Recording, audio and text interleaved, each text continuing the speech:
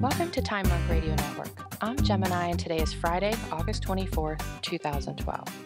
We have Nora Gedgaudas, author of Primal Body, Primal Mind, Beyond the Paleo Diet for Total Health and a Longer Life, joining us this evening. Nora is one of the world's leading experts in Paleolithic nutrition and maintains a private practice in Portland, Oregon as both a certified nutritional therapist and a board-certified clinical neurofeedback specialist. Primal Body, Primal Mind currently ranks near the top of all health-related books on Amazon. You can learn more about Nora at www.primalbody-primalmind.com. Hello, Nora. Welcome to Time Monk Radio. Well, hello there. Thank you for having me. We're delighted to have you. Thank you. Please welcome Green Meadow and Uranus Rising, who are joining us from the Time Monk Radio Forum. Nora, the title of your book is Primal Body, Primal Mind, Beyond the Paleo Diet for Total Health and a Longer Life. Let's start with why Beyond the Paleo Diet. Where have you taken it and why? Well, Beyond the Paleo Diet sort of refers to the idea that, I actually do believe that we have to start with an evolutionary view of our nutritional requirements. In other words, as humans, we've been eating a certain way for about the last 3.5 million years. And I don't think we can escape that as being something very foundational to what our viewpoint needs to be when we're trying to understand what our physiological requirements are and what our nutritional requirements are. However, what our ancestors did didn't necessarily do with an eye toward optimizing their health or longevity. They were doing what they were doing in order to survive. And modern day science kind of gives us the ability to look a little bit more closely at some of these principles and be able to see where they can be manipulated in ways that better optimize some of these foundational truths to toward our most optimal health. And so that's why I say beyond the paleo diet. Because I do think we have to look a little bit beyond, particularly in this day and age, in order to optimize things for ourselves. And we also live in a world that's extremely different from the one that our ancestors knew. And so, and for that reason also. Sounds great. Why don't we move on to the dangers of the recommended Western diet and how it affects our physical health with regard to grains, soy, and sugar? Yeah. So, well, we could probably spend about the next 6 hours talking about just that alone. Once upon a time, our dietary what the optimal human diet or what the ideal human diet should consist of was not really anything that was terribly contemplated. Our grocery store was the forest around us, or the savanna, or the tundra, or whatever have you, and we ate what was available to us, and it wasn't really the source of a lot of debate or consternation, in all likelihood. I mean, I can't know exactly what was in the minds of our ancestors, but, we have a pretty good idea of what they ate, and we have a pretty good idea of what they didn't eat. And it was pretty consistent for close to 3.5 million years, certainly before the advent of agriculture, and also particularly before, the advent of the Industrial Revolution and, the sort of the corporatization of the food supply. As soon as there was money to be made, and our tastes and our ignorance, I guess, of what our most natural diet should be, became subject to advertising and to all kinds of twisted renditions of what of what used to be food.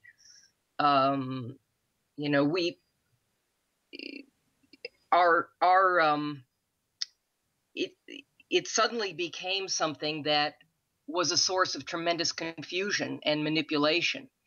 And the further we moved away from our operating in direct contact with our natural environment, I think the more easily manipulated we became. We lost touch with what it meant to be in direct contact with our food supply, and began relying on others to supply our food for us.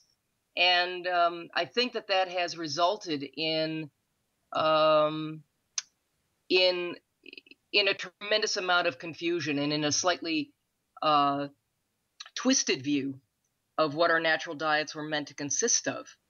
And so now all of a sudden, for the first time in human history, we have something called the U.S. Department of Agriculture's pyramid. And the crazy thing about that is that it basically offers a depiction of what our diet should and shouldn't consist of that is unique in all of human history.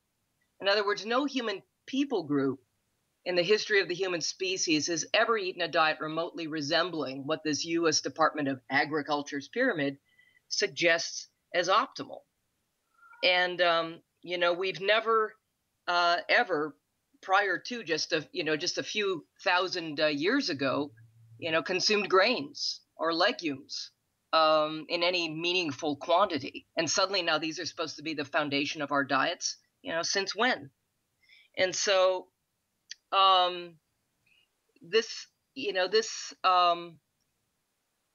the whole subject of diet and nutrition nowadays is it's peppered with theories and lots of emotion and lots of wishful thinking and a tremendous number of misconceptions and quite honestly a whole lot of corporate interest.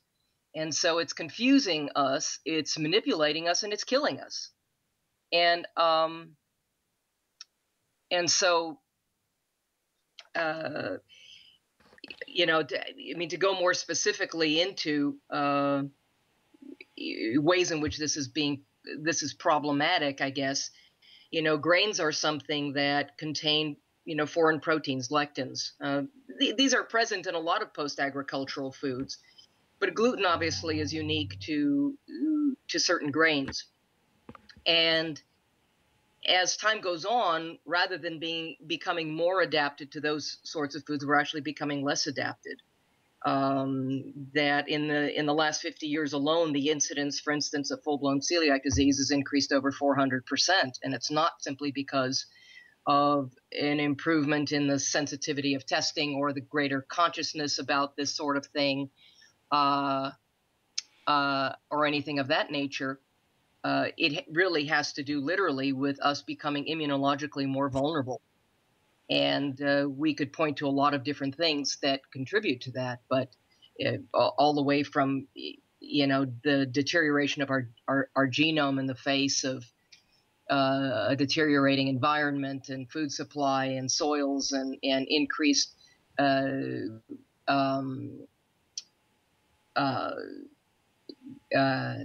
increased exposure, that's the term I'm looking for, to pollutants and heavy metals and all kinds of things of that nature. In addition to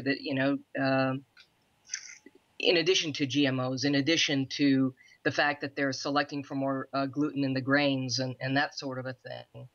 And it all basically culminates in what amounts to an explosion in autoimmune disease and autoimmune processes in people that cause all kinds of symptoms and destroy health, but maybe have not yet been diagnosed as such. But the number 3 cause right now of morbidity and mortality in the entire industrialized world is autoimmune illness, right behind cancer and heart disease.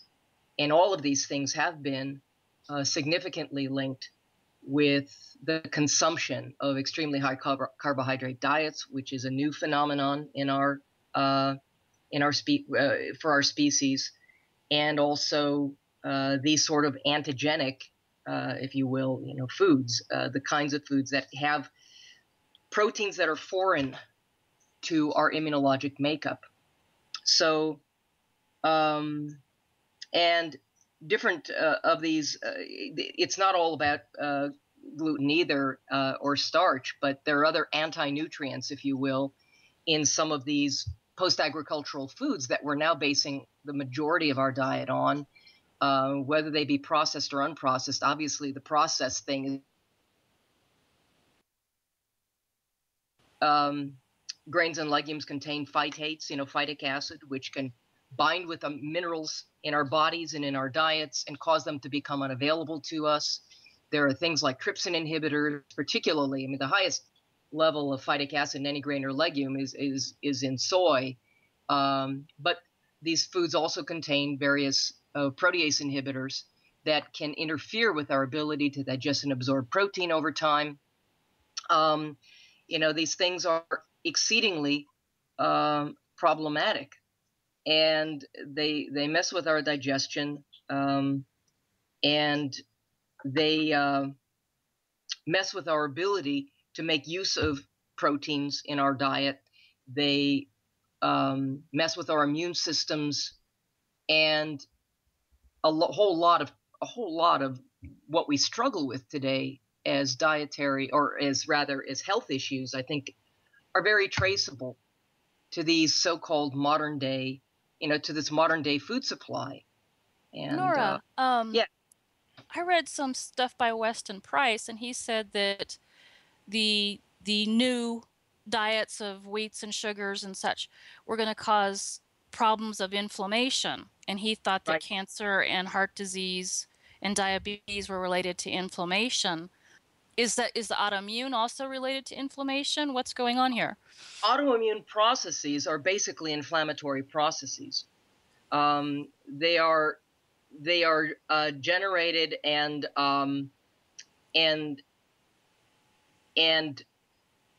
sort of promulgated by what are called cytokine storms. Cytokines are inflammatory compounds that our body produces in response to certain exposures.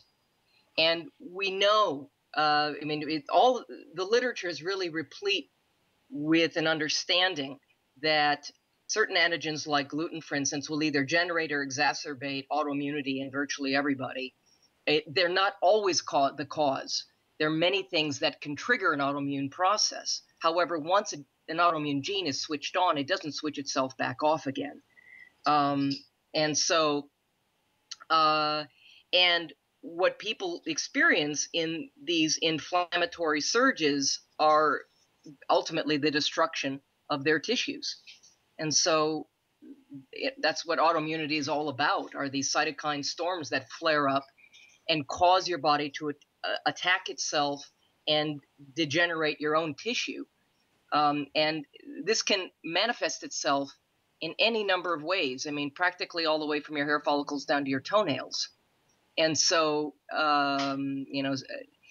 there are Cyrex Labs is presently working on a 96 tissue antibody panel that can allow a person to test and find out what antibodies you're producing against what tissues. And I had a conversation with the founder of this lab, and also the founder of Immunoscience Labs, Aristo Vajdani.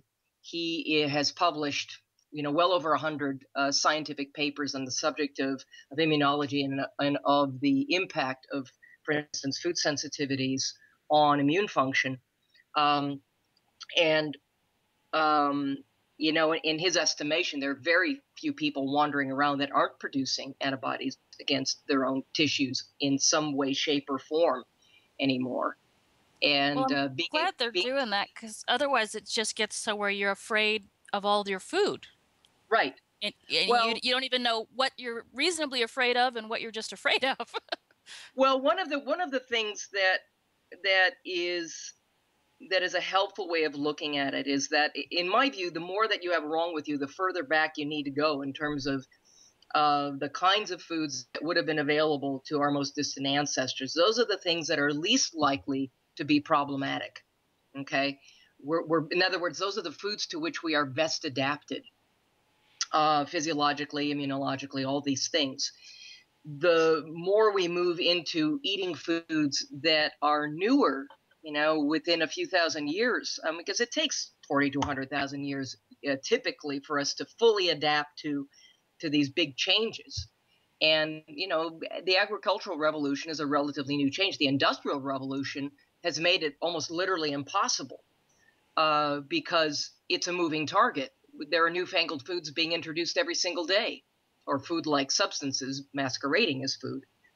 And so with the food supply changing and now the genetic modification of the food supply happening, it does create a moving target that makes it nearly impossible for us to adapt at all. So the more we can simplify and select foods that might have looked like foods to somebody wandering around 40,000 or 100,000 or a couple of million years ago, with a loincloth and a spear, or a pair of mucklucks, as it were, I think that, the safer the bet. Now, obviously, you can have a piece of meat sitting in front of you that would probably look like food to somebody wandering around 40,000 years ago. But you have to ask yourself, how was this meat produced? Did it come from an animal that was allowed to live in fresh air and sunshine and eat what was natural to it?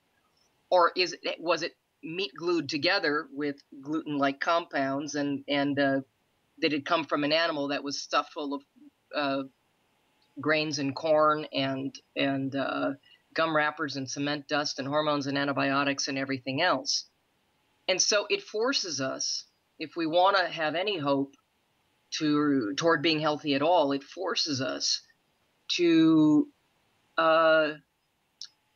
really scrutinize. I mean, I don't think that it makes sense to be afraid of your food. I think it makes sense to know where your food comes from and to be mindful of what you're choosing to put inside your body, because nobody's ever going to care more about your health than you.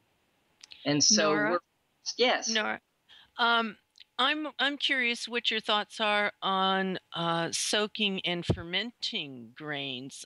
Some people are doing that, trying to go back a bit further from what we are now, but not eliminating grains. And I wonder what your thoughts on that were. You're still going to end up with gluten proteomes in those grains. You don't eliminate those antigenic substances. Wheat germ gluten goes up as gluten goes down in sprouting, for instance. These things they're not rendered safe, and we're not in Weston Price's time anymore. It was a different time and a different era. I respect the work of Weston Price. I respect the work of the Weston Price Foundation. In fact, I'm a member. Yes.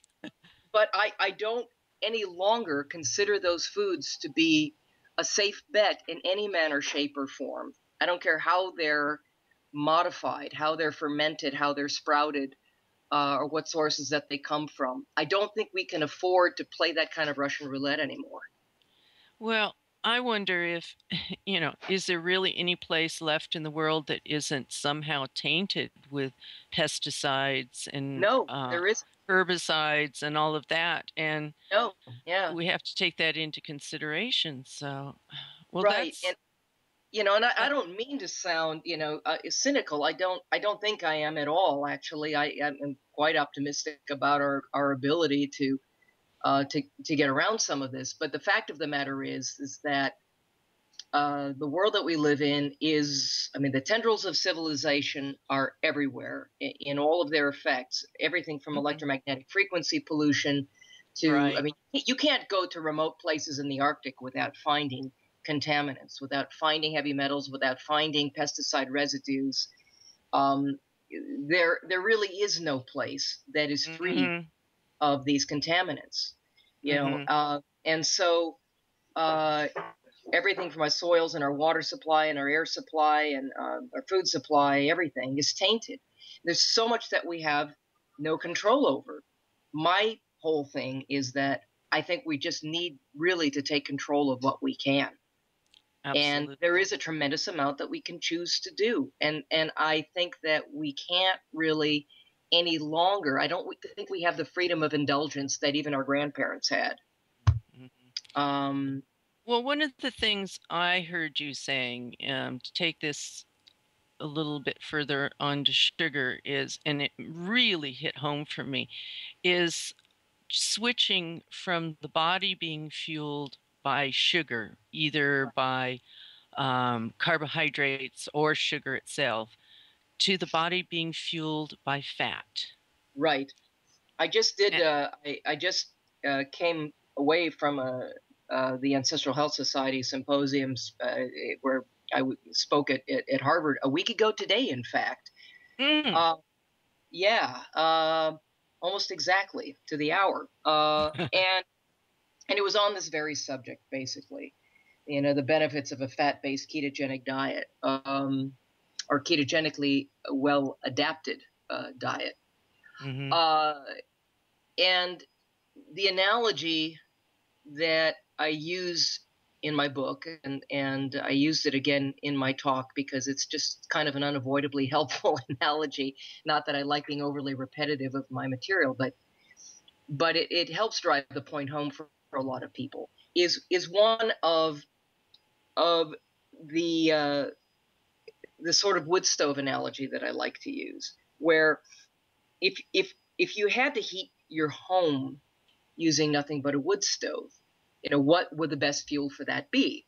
Well, carbohydrates, basically, for us, in other words, sugars and starch of any source, are the metabolic equivalent for us of kindling on those metabolic fires. So your whole grains, your legumes, your brown rice, your sweet potatoes, things like that we look upon as these complex sort of so-called slow-burning carbohydrates or lower glycemic carbohydrates, are really the equivalent of twigs on that metabolic fire. And your white potatoes, white rice, pasta bread, potatoes, things like that, are the equivalent metabolically of crumpled up paper on that metabolic fire. In fact, those so-called safe starches, white potatoes and white rice, in addition to cereals, are those are actually more glycemic than a candy bar would be. I mean, those are literally almost throwing confetti on that metabolic fire. And then, of course, like alcohol, you can look at alcohol as basically being the equivalent of a lighter fluid or gasoline on that metabolic fire. And if all you had was that collection of kindling to heat your home with, well, you could certainly do it. And metaphorically, people do it all the time. I would say 99% of our culture does it all the time. But if you had to heat your house with that, you would basically be a slave to that wood stove. You'd be sitting in front of that stove all day long, grabbing handfuls of twigs and paper and squirting lighter fluid on there, trying to keep this fire going. And you wouldn't be able to wander very far in your preoccupation from where that next handful of fuel was going to be coming from. And it's heaven forbid you should try to sleep through the night or something, and yes, there's a correlation. And then, of course, you wake up in the morning and oh my God, the house is cold, and now what am I going to do? And you're reaching for wads and wads of paper, whatever's going to burn the fastest, and you throw the lighter fluid on there, and you get the fire burning hot again. And the fire burns hot, but it burns out quickly. So if instead you reach for a nice big fat log, fat, of course, being the metaphor here, and you throw that on your metabolic fire, all of a sudden you're free. You're no longer preoccupied constantly with where the next bit of fuel is coming from. You're able to throw the log on and go about your business and do things, and you come back and, oh, look, you sleep through the night. And when you wake up in the morning, the fire may be burning down, but all you really need to do is throw another log on the fire and go about your business. And I can tell you that there are very few multinational corporate interests, not to get overly Alex Jones on you or anything, but there are very few multinational corporate interests that aren't heavily invested in us all being dependent on carbohydrates as our primary source of fuel. It is cheap. It is easily processed and manipulated. And it is very easy to have us, to addict us to it, because, when we get these blood sugar surges, it lights up opiate receptors in the brain and stimulates dopamine release. And but also, have they promoted fear in this too? What do you mean?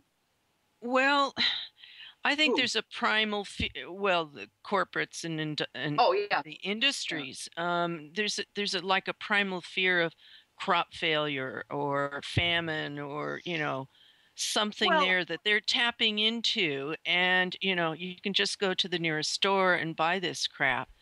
Right.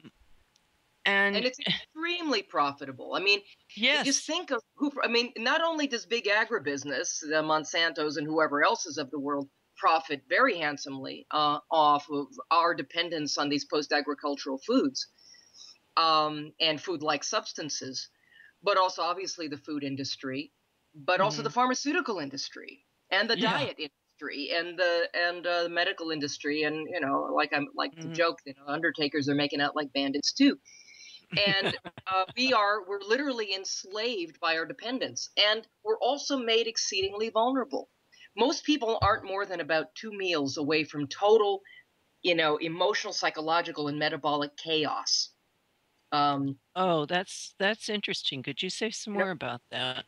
Well, in other words, when you are dependent on kindling for your primary source of fuel, you need to replenish that kindling frequently, or else there's chaos. Your metabolic fire starts to go out, and for us, that puts us in survival mode.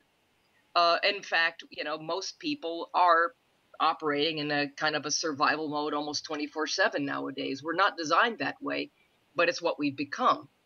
Yeah. And we are extremely vulnerable, those of us, that are dependent on these post-agricultural foods, and especially so much of it is being generated by monoculture agriculture, that we're exceedingly vulnerable to famine, exceedingly vulnerable to drought and crop failures, and those crop failures are happening.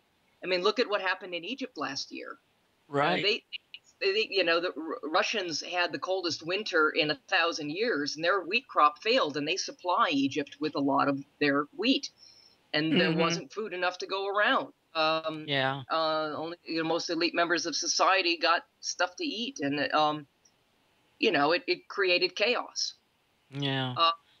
And so what we're looking at is an enhanced potential for war, which of course, yes, industrial complex is another one of those corporate entities, isn't it? And so if you control the food supply, you control the world. Absolutely. And you control the minds, and the sort of the desperate needs of every single human that is dependent on what you've presented to them as food. And so you don't have to stretch very far to get a little conspiracy theorist with this. I find it just very, very interesting that in light of all of the really good science that's been done, that has really debunked, for instance, the myths surrounding the horrible dangers of saturated fats and cholesterol and all these kinds of things. These myths persist because they keep us then. I mean, we're going to be dependent on one type of fuel or another. If we're dependent on carbohydrates as our primary source of fuel, then we are a victim of societal circumstance. If we are conversely able to be metabolically adapted to burning fat as a primary source of fuel, then we're considerably freer on a whole lot of levels. And turns out it is a less inflammatory way of eating. It is nourishing to the brain and nervous system, which keeps us thinking more clearly. Which there are advantages to keeping us half crazy with hypoglycemia and neuroinflammation too. That's true, unfortunately, very true. Right. So they have everything to gain and we have everything to lose from following that method of eating. Absolutely. Yeah. Oh, goodness. But that also calls us to take responsibility and to get the information that you're distributing about what is our natural state and how do we go back to eating how we should. Right. And so that's one of the reasons I wrote the book that I did.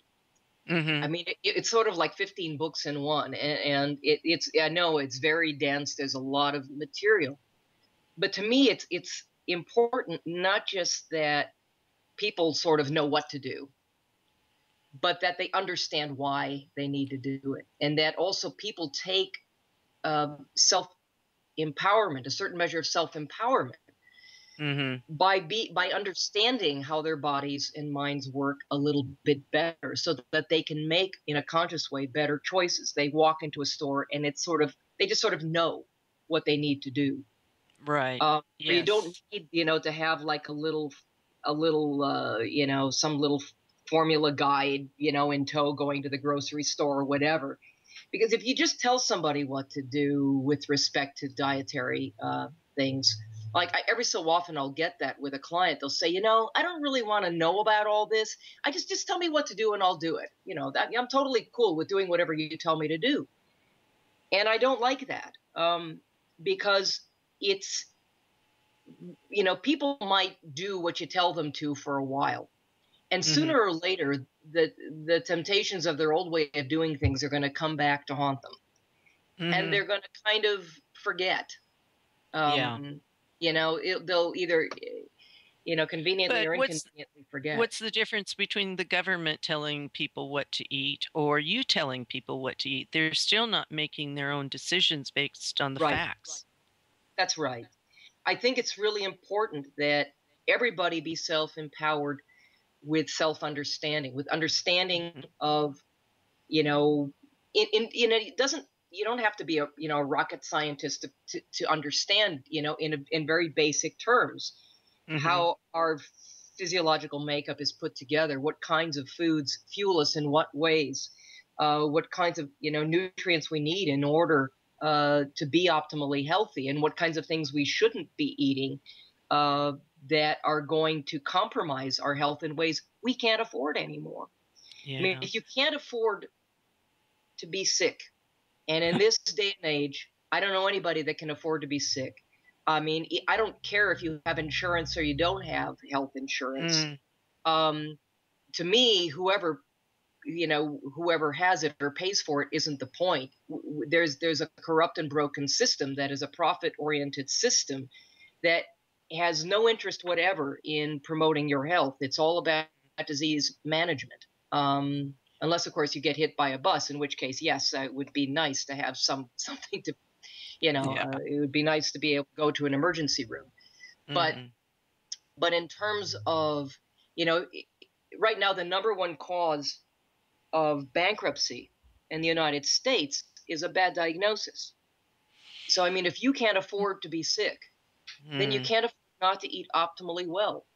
And we're left today, I think, with very little choice in terms of what it is that we have to do in order to maintain some semblance of health. I'm not even sure it's possible to be optimally healthy anymore, to be candid. I think just have a fighting chance to be able to avoid a catastrophic diagnosis. I think that we really quite literally have no room for error anymore in terms of the choices that we need to make. And so I think self-empowerment is the key. As I keep saying, nobody will ever care more about your health and well-being than you. And it's incumbent upon you in order to manage that. You can't rely the changes to our food system and to our health system. It's all much too corporate controlled now. It'll never come from the top down. We can vote till we're blue in the face. We can write sternly worded letters to our congressmen. We can do all kinds of things, and it'll never change from the top down. We just sort of have to make the changes that we need to make on our own. And this, means having the right information to do that. Yeah. Well, it's very interesting.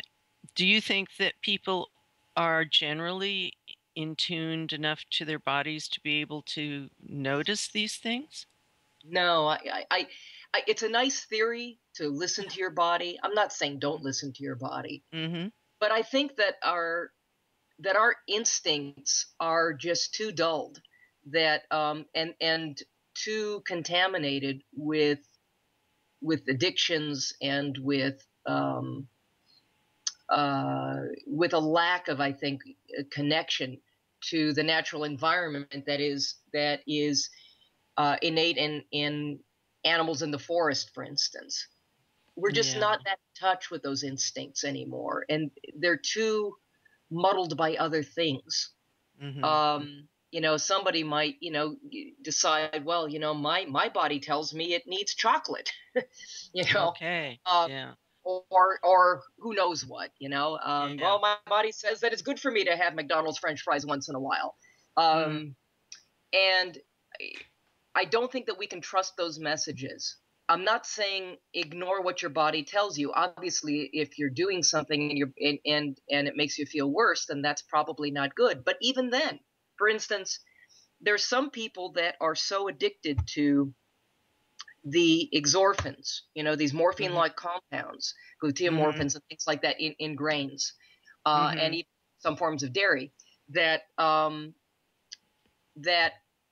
when they give up, they may have celiac disease, but when they give up gluten, they literally go into a state that is akin to heroin withdrawal.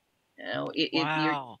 They're going into a state of extreme withdrawal symptoms from an extremely addictive substance, and it's going to feel horrendous to them. Now, I mean, Cyrex Labs has they call it their Array 3 panel, which is a whole gluten proteome panel that takes these things into account so that you can test and find out whether or not these things are sensitivities for you. Some people are more sensitive to those exorphins than others, but for people who show a marked sensitivity, you know that when you pull them off of that grain, or off of those foods, it's not going to be pleasant. You need to head that off. You need to be aware that you're going to be dealing with a withdrawal state. And so I've had people write me and say, well, I give up grains and I just feel so much worse. I become ill, or I started to, I just felt crazy, or I felt like I had a psychotic breakdown or something. And it's like, well, you'd probably be going through the same thing in a state of heroin withdrawal, and you've got to find a way to ride that out. Yeah. That's again, fascinating. Yeah. Yeah, and so we just kind of have to be mindful of the fact that our body's going to be telling us all kinds of things. I mean, if you're physiologically dependent on blood sugar in order to energize yourself, you're physiologically dependent on carbohydrates as your primary source of fuel, then your body's going to be telling you all day long that you need those carbohydrates. And then there are some people for whom sugar is actually a sensitivity. In other words, not everybody that consumes sugar is physiologically addicted per se to sugar, but there are some for whom, for instance, those opiate centers and the dopamine receptors have become so downregulated that they need that sugar hit in order to maintain their dopamine levels. And that's an extremely addictive reaction. And there are people who become, it's not just about low blood sugar for some folks. It's literally about almost a crazed addiction to those foods. And so, again, when you're listening to what your body's telling you, you may be hearing all kinds of things. The other issue is that many of us are harboring, let's just say, unwelcome wildlife internally, whether it be yeast problems, or whether it be parasites of some kind, whether it be, a state of just extreme dysbiosis. Sometimes those cravings aren't even yours. And so that's true. Yes. Yeah. So there are a lot of different reasons why, and it's not just the tapeworm. No, it's not just the tapeworm. Those are always fun too. Yeah. But certainly the yeast is crying out to be fed. Oh, those yeasty beasties, and they are not pleasant about it when they don't get what they want. And you try to go in and kill them, and they fight back. They're nasty buggers. Yeah. Well, thanks for that. That's Yeah. really fascinating. It gives me a lot to think about.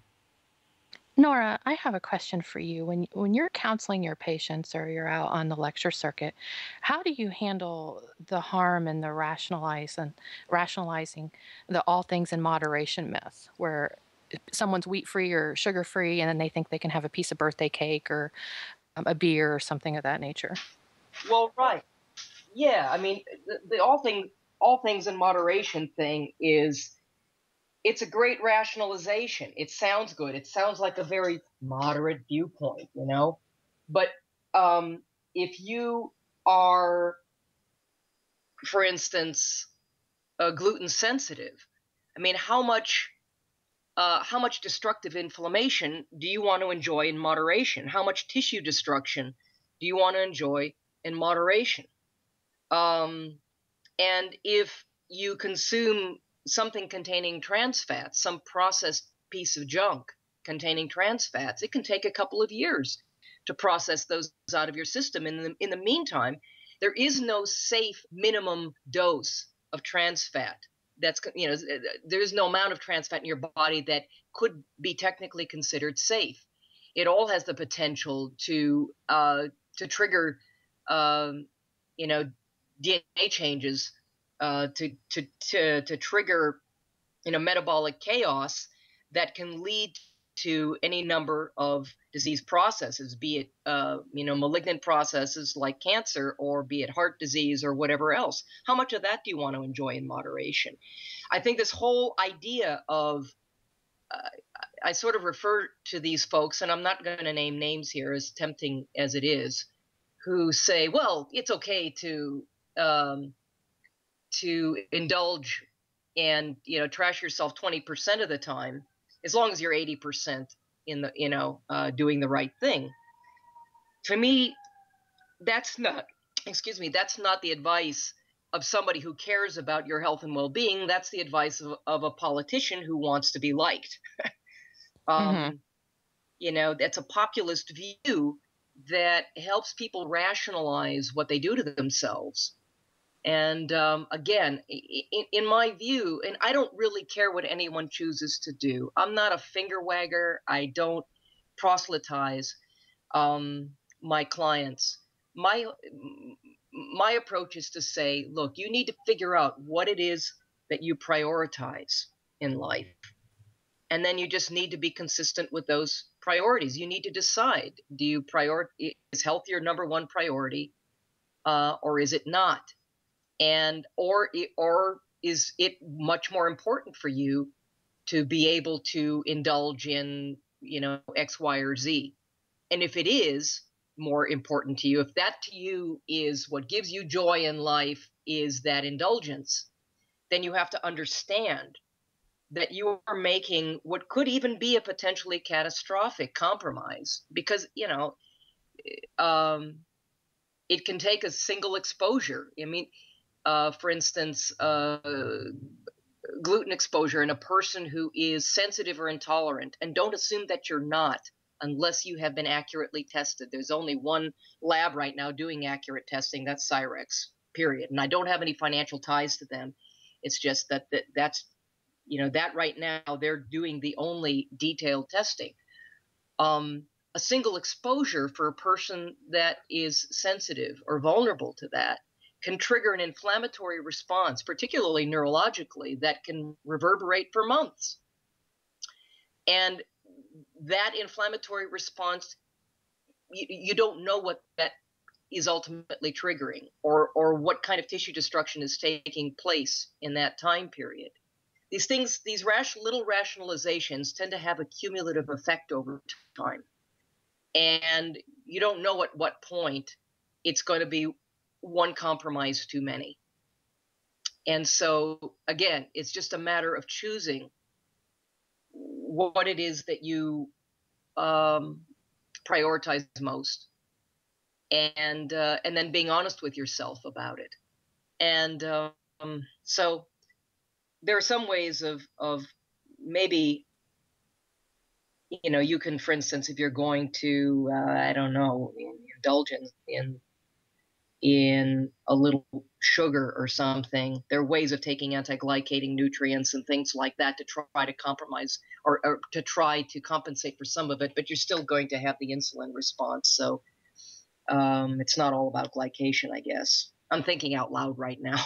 Okay. That gets me into all kinds of trouble. Yes. Okay. But anyway. Well, do you find that there are many that they don't realize that they have a gluten sensitivity and they chalk it up to other things, Right. and then by the time they reach you, they're in a medical crisis? Right. And that's just sort of the thing. People have a tendency not to change, to make the necessary changes in life and in themselves until the pain of the problem becomes worse than the pain of the solution. And by then you can only hope that that it's not too late. Oftentimes by the time people come knock on my door, you should see some of the emails I get. They've got multiple states of autoimmunity going on, and by the way, that's the rule and not the exception, is polyautoimmunity. Or they've got, their health is so compromised and their state of well-being is so compromised, mentally, physically, emotionally, immunologically, their weight or whatever have you. They're so metabolically broken or damaged that you really have to go to extremes to try to do something to help them manage that. And it becomes a big question mark of how much restoration that you can hope for. Sometimes I liken it a little bit to, how far from shore we allow ourselves to swim, right? That the little eensy teensy indulgence, although it depends on the nature of that here and there, can send you out away from shore a certain distance. But cumulatively, you may find yourself out in the middle of the ocean when suddenly you realize you need to turn around and swim back. And by then, it's like, do you have the wherewithal to make it back? Not everybody does. And so it's I don't know if I know anybody who isn't out there bobbing in the waves at some distance away from shore. You know what I mean? Right. I don't know if I know anybody that is perfectly optimally healthy. Most everybody has some challenge somewhere, has something, even in kids. That's just the nature of the world that we're living in. And we're a little bit like boiling frogs. It's the health of our environment and our food supply have been taken away from us, and we've allowed it to be compromised a little at a time. And we think we're sitting in a hot tub in Vegas, and in the meantime the flesh is boiling off our bones. And so our environment is so compromised now but it's been compromised a little bit at a time over decades or over a few hundred or a few thousand years, to where it's very difficult to recognize just how far from shore most of us are, even starting out. Children are born compromised immunologically. Children are being born with nutritional deficiencies. Children are being born contaminated, with a couple hundred different toxic compounds that, some of which your liver can process and some of which it can't. There are substances the body literally cannot just simply detox, normally. And these things build up, and they have a compromising impact on all kinds of things over time. So you almost never know what it is you're potentially triggering when you're compromising yourself or in some way. And so, not to paint a bleak picture, but to me, it just underscores the importance of the message that we need to develop this firsthand knowing of where our food comes from. We need to care passionately about the manner in which it's produced, and whether or not it is genetically altered or not. I think, we need to care about the whether or not things are being produced organically, whether they're contaminated with pesticides or not. And we also, I think, need to care about how our bodies are designed and how they operate and what is better able to optimize, at least in terms of like macronutrient proportions, the whole carb versus fat thing. I'll tell you that a well-adapted ketogenically based diet, and particularly the one that, you can be ketogenic and, well, no, you can't even really be healthfully ketogenic and have a high protein diet, because protein past a certain point is going to get converted to sugar and is going to knock you out of ketosis. So a well-adapted ketogenically based way of eating is going to be the least expensive way to eat optimally well in existence. And I don't know if anybody here has noticed that the economy is not doing so hot, but what I talk about in my book as this optimal way of eating, some people sort of mistake for being an expensive way of eating. And, au contraire, folks, the opposite is actually true. I have a friend that I actually got on bended knee to beg to write this ebook that is available through the resource page of my website. It's called Primal Tightwad.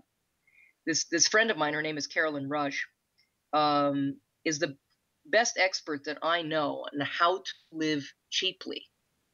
And she eats a diet that is consistent with what I talk about in my book. And she's actually found it an extremely inexpensive way to eat. Now, this is somebody who calculates down to the penny what it costs her to eat every single month, what it costs her to do everything, actually. And this is somebody who can live comfortably on like $20,000 a year, because she has figured out how to not waste money, for starters, which is one of the biggest things, but also how to be smart, how to spend money intelligently. And one of the things she did in her book that I asked her to write this book to help people understand how to adopt this way of eating in a manner that can save them thousands and thousands of dollars every year.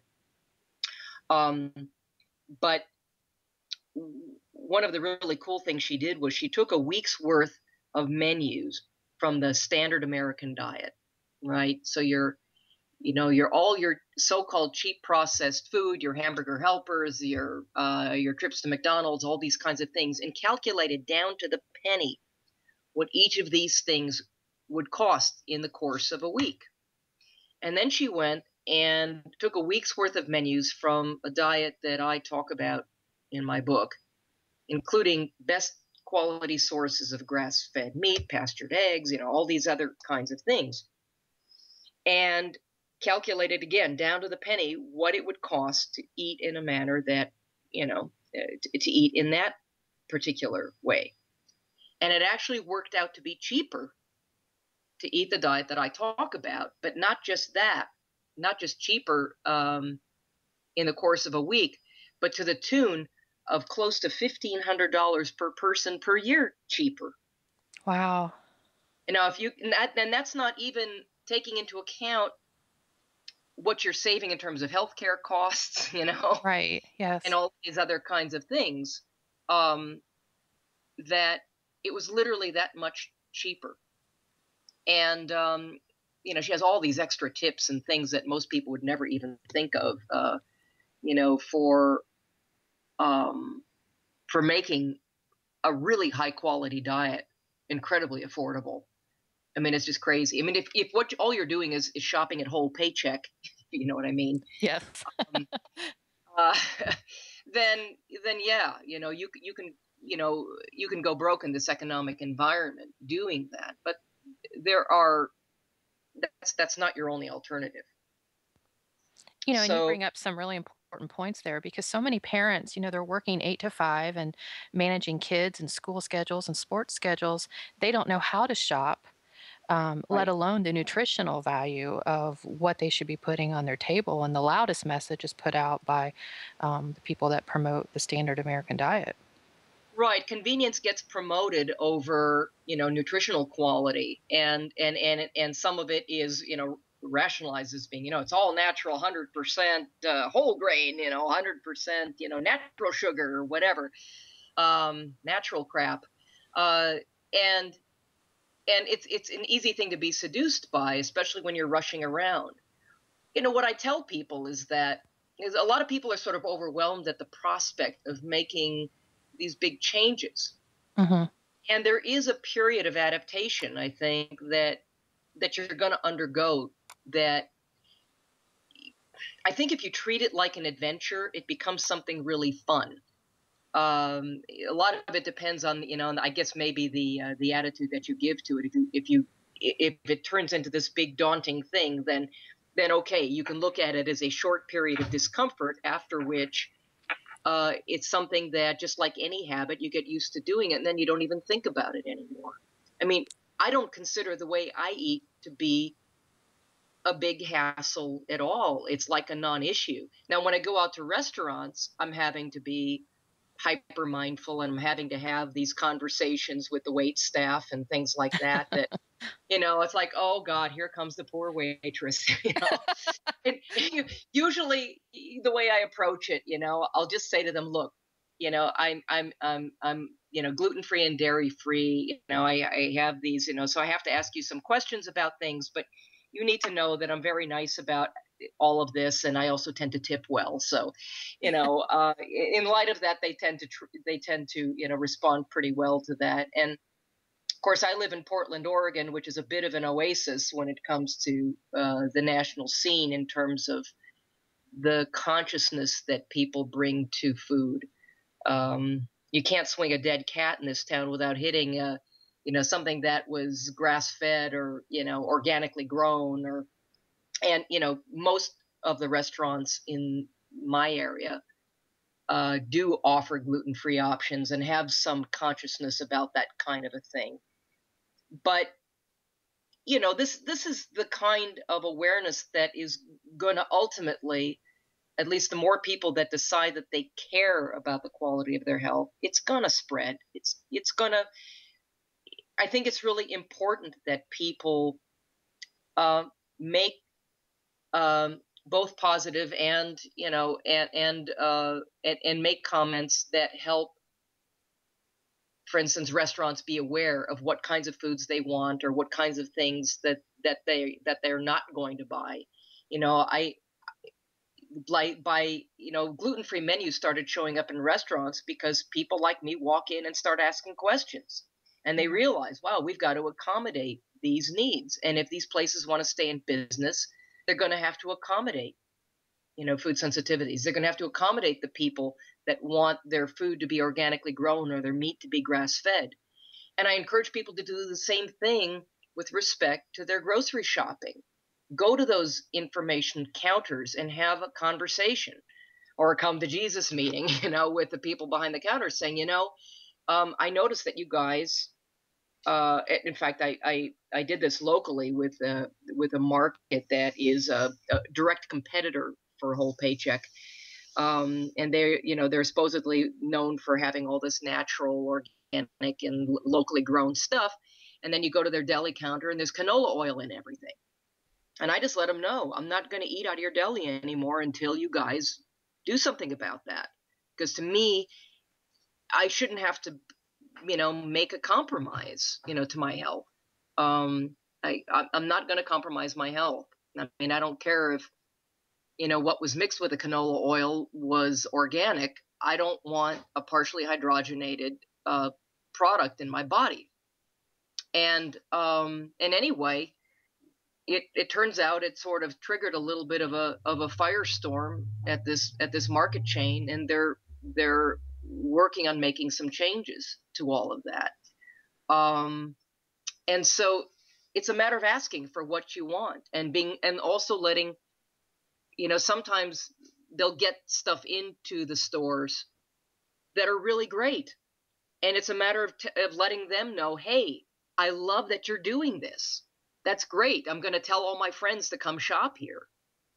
So it's not all about going and complaining and being negative and being a pain in the butt. But I think it is important that you speak up when there's something that, if the meat counter just has the feedlot meat, I usually let them know I can't really, buy meat here. I would really love it if you guys got in grass-fed meats, because that's the kind of meat that I buy. And sooner or later, enough people say that stuff, they'll listen. They're usually pretty responsive. So, I encourage people to speak up in all these ways, and over time, the consciousness, will be such that places will be increasingly accommodating. And like I say, I'm very lucky to live where I live, but I go through these same things everywhere that I travel, and it does make a difference. I hear from people. It does make a difference. So people are generally receptive when you're out and about educating them at the deli counter or restaurants. It's all a matter of how you approach it. If you come across as a curmudgeon, as somebody who's just sort of a complainer or a finger wagger, whatever, well, then you're just going to end up polarizing people. I don't believe in being that way. One other thing that comes up occasionally is a question of people wonder, how. I've had people be concerned that that this way of eating is somehow potentially socially isolating, and I have, although I find that a very interesting question. I remember the first time somebody raised that issue, and it was a little startling to me because I hadn't really experienced that. And I think the reason I don't experience that is that when I'm in my social circles, not everybody I know eats the way I do. And I don't have judgments about that. And I'm not proselytizing about my own way of doing things. I just sort of make my own choices, and I respect other people's right to make their own choices, and I don't make a big stink about it. And there's always a way of, if you're going to a party, of either, if you're going to be around, food and drink that you can't allow to compromise you, then you either eat before you go to the party, or you bring something of your own.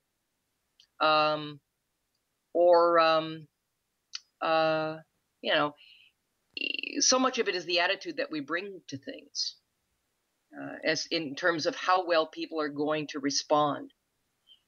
There are a lot of people that get started with making positive changes to their diet, and they feel so much better that they decide that they want to bring everybody else along with them, and they're singing it from the rooftops, and they're driving people crazy. My attitude is, be the change that you want to see in the world. Yes.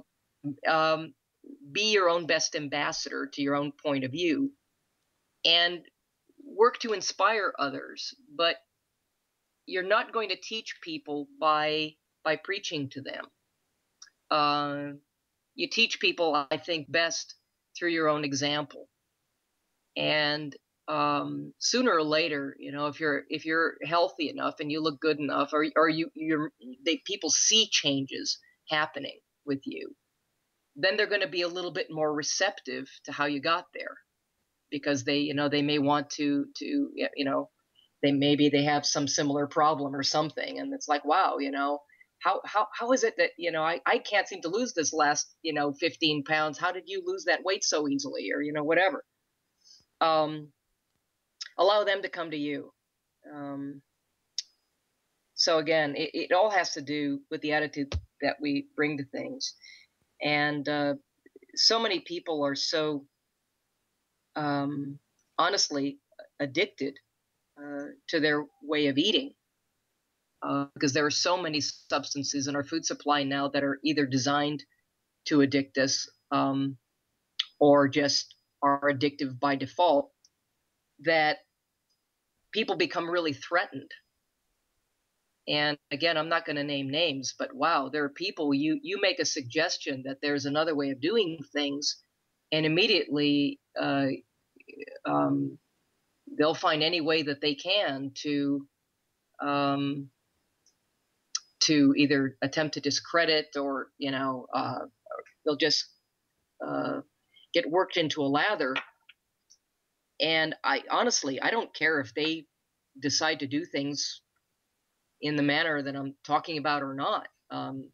Anybody can choose to do whatever they want, but I think what's important is that you're consistent with your own point of view, and that you become the best ambassador that you can to your own point of view. And I think that message is going to speak louder than anything that can come out of your mouth.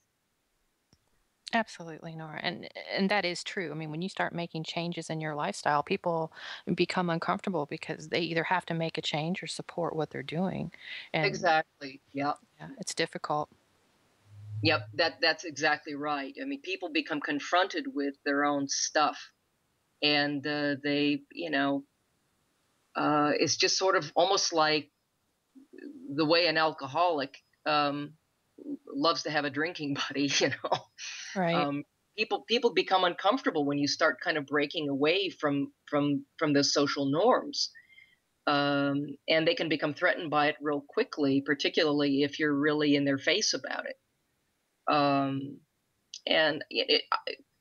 in my view, it's all a process. I mean, at one time, I was where a lot of people are in terms of I didn't come to my way of doing things overnight. There were, some of the changes that I've made to my diet really occurred over a number of years. And in fact, I've only in the last couple of years now recognized that, for instance, casein is a cross-reactive compound for me with gluten, and I cannot have it at all. So all of you with the earlier version of my book where I extol the virtues of Kerrygold butter. I mean, if Kerrygold butter still works for you, that's cool. But I can't have it anymore. And to some degree, that bums me out. But I've also learned to kind of pull up my big girl panties and just sort of deal. And I have figured out how to, to substitute to the best of my ability some of the things that I realize I can't have anymore. And certain things can't be substituted, and that's fine too. But again, it's a matter of setting priorities, and we just adjust as we have to, I guess. Thank you, Nora. I appreciate your perspective on that. It's difficult for everyone to make those changes, but I'm glad you're getting your message out, and it's fantastic info. Yeah, thank you. Yeah, and you mentioned that it's difficult to make the changes. There are aspects of it that I suppose can be, but it helps if you look upon it as kind of an adventure, which is how it started for me. The whole idea of eating paleolithically to me was kind of exciting. And I treated it that way and turned it into something really fun. And rather than approaching it with fear, just kind of became a bit of a Girl Scout, looking at it as, okay, so if this is the case, well, then what do I have to do? Okay, I have to do this and this and this, and and turning it into something interesting. Some of it is, finding groups or forums. There is, one person in my neck of the woods who has a paleo potluck at her house every month, and everybody kind of brings a dish, and they all compare recipes and different things, and they just have a lot of fun with it. and they bring their kids, and the kids are sampling all the different things, and it's just kind of turned into its own sort of fun social event rather than being this daunting thing. Again, it's a matter of maybe to some degree the attitude with which you approach it all. If you look at it as something like, oh God, this is going to be hard. Well, if you think it's going to be hard, or you think it's going to be fun, you're right. You have some choice in terms of how you look at it. Yes, absolutely. Thank you. Yeah. We are speaking with Nora Gedgaudas. You can visit Nora's website, www.primalbody-primalmind.com, where you can learn more about a Paleolithic approach to nutrition and lifestyle. You can also find Nora's book, Primal Body, Primal Mind, Beyond the Paleo Diet for Total Health and a Longer Life, at all good bookstores and online retailers. Nora is the host of her own top-rated radio program on Voice America Radio's Health and Wellness channel, and her Primal Body, Primal Mind radio podcasts are available on iTunes. We have some questions about fat in the diet for you. Okay. Nora, this is Green Meadow, and I've observed people either binging on fats foods and most likely low-quality fats food, or being religiously no fat. Right. And so both of them seem to be missing the fat nutrients that you're saying is really important. So someone who's trying to avoid fat, how much fat should they have in their diet? As what's an optimal amount? Well, I think that, again, the dietary approach that I promote basically tries to eliminate sort of extraneous sources of sugar and starch as much as possible. And then from there, then you go on to moderating your protein intake, making sure that your protein intake is sufficient to meet your metabolic and structural needs, and then using fat beyond that in order to satisfy your appetite. Now, obviously, I talk about, in my view, it's important to get whatever food you put in your body from the best quality, organic, grass-fed, whatever sources as possible. But one of the important things to keep in mind is that that dietary fat in the presence of carbohydrates is going to behave very differently in your body than dietary fat in the absence of carbohydrates. And so when you're eating, these so-called fat-rich foods, that people don't have a tendency to kind of binge on lard per se. What they will do is binge on foods that are rich in combinations of fat and sugar. And when you combine starches and fats together, your body is going to be much more likely to store the fat and then try to preferentially do what it can to deal with the sugar that you're consuming. And of course, all starch is sugar once it hits your bloodstream. So to me, it's all sugar. But and so if the quality of the fat that you're putting into your body is from a high quality source, an organic, non-rancid, non-overly processed, quality source, and if you're not pairing it with sugar and starch in any way, it's going to be a self-limiting food for you. I mean, fat is very rich. It's very satiating. Unless you're extremely leptin resistant. In other words, leptin is that hormone that lets your hypothalamus know whether or not you need to be eating more fat, or whether you need to be burning more fat, whether you're going to be hungry or not, all that kind of a thing. Unless you're extremely leptin resistant, most people come to a place of feeling satiated with fat-rich food pretty quickly. So, but the fact is, I don't worry about how much fat that you're consuming if it's a high quality source of fat and you're getting your fats in relatively balanced proportions. All natural fats have a role to play, a potential role to play in your health and well-being. And as vilified as omega-6s are, we need them, but they just need to be balanced with the appropriate amount of omega-3s. Saturated fat, in my view, is a neutral source of fat, and in fact, saturated fats come in many different forms, and they all have a potentially helpful role to play in your health as well. The fats that we need to watch out for, of course, are the ones that are either hydrogenated or partially hydrogenated. In other words, sources of trans fat that come out of a test tube. They're not necessarily something that was produced by nature, unless you're talking about. There's a certain form of naturally occurring trans fat in dairy fats called conjugated linolenic acid that actually is potentially beneficial, but it's one in which your body knows how to recognize. Most artificially produced trans fats just simply set up a state of metabolic chaos. Your body stores them as though they were regular saturated fats, but once they're in there, they don't behave in the way that natural fats would, and so they tend to generate a lot of metabolic chaos and trigger malignant processes and cardiovascular problems and all kinds of things. The other kinds of fats that I think are really important for everybody to be avoiding are the overly processed variety of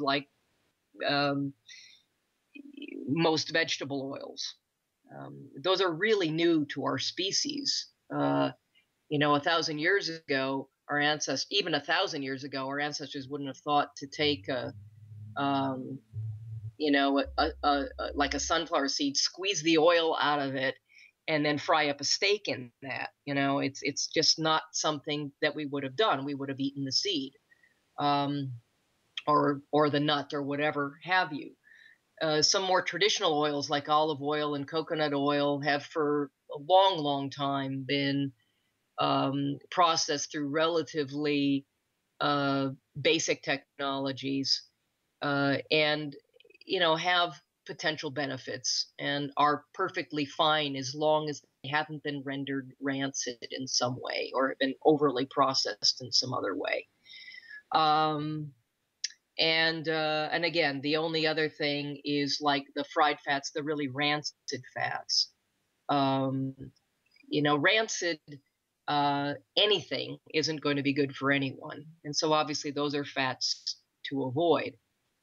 But if it's a naturally occurring, unprocessed, and stable natural fat, I don't have a problem with people consuming as much of that as they want, because it's going to be inherently self-limiting. The low-fat diets, the only time I think a low-fat diet is appropriate for anyone is if you have been parted with your gallbladder, that you've parted ways with your gallbladder. You've had your gallbladder surgically removed, or, well, actually that's not totally, because you still need fat. It's just that you're going to have to find ways of digesting the fat to make it, to make better use of the fat that you consume. So if you don't have a gallbladder, if you drank coffee and made your stomach more acid, would that digest fats better? No, because fat isn't broken down by hydrochloric acid. It is basically emulsified by bile. And so, and I need to reword that because what I just said was wrong. If the only time I think a low-fat diet is appropriate is if you are having gallbladder symptoms. In other words, you have gallstones and you're prone to gallbladder attacks. There's something, inflammatory going on in that regard, and you're at risk for, potentially dangerous gallbladder attack. You've got to temporarily decrease the amount of fat that you're consuming in order to deal with that. If you're having pain under the right side of your rib cage and eating fats causes you a lot of discomfort, bloating, belching, pain, whatever, you've got an issue that you're going to need to deal with before fats are going to be something safe for you to consume in any significant quantity. Yeah, I know people have reversed gallbladder disease or whatever we want to call it by going low fat and low oil for a while, and then they could eat it again. Well, And they but it's didn't not have to have really as simple gallbladder as that, surgery. because it's not eating fat that causes your gallbladder to become compromised. It's eating excessive processed fats that can cause bile to become sluggish. It's becoming deficient in the nutrients that you need in order to make healthy bile. Very often, other types of digestive issues. Now, low hydrochloric acid can, because digestion is this north to south process, and that pH signaling sort of cascade can have an effect on dampening your biliary digestion. And people with, for instance, compromised thyroids, you have a primary hypothyroidism or something like that, your digestion is going to be compromised. So you need to address whatever is causing that biliary congestion to occur. Eating a diet that's excessively low fat for a prolonged period of time is another thing that can slow down, cause your bile. Bile is normally really viscous. It's normally really watery. But if it sits there and it doesn't get used because you're eating an extremely low fat diet, it just kind of tends to thicken up and become harder to move over time. And as it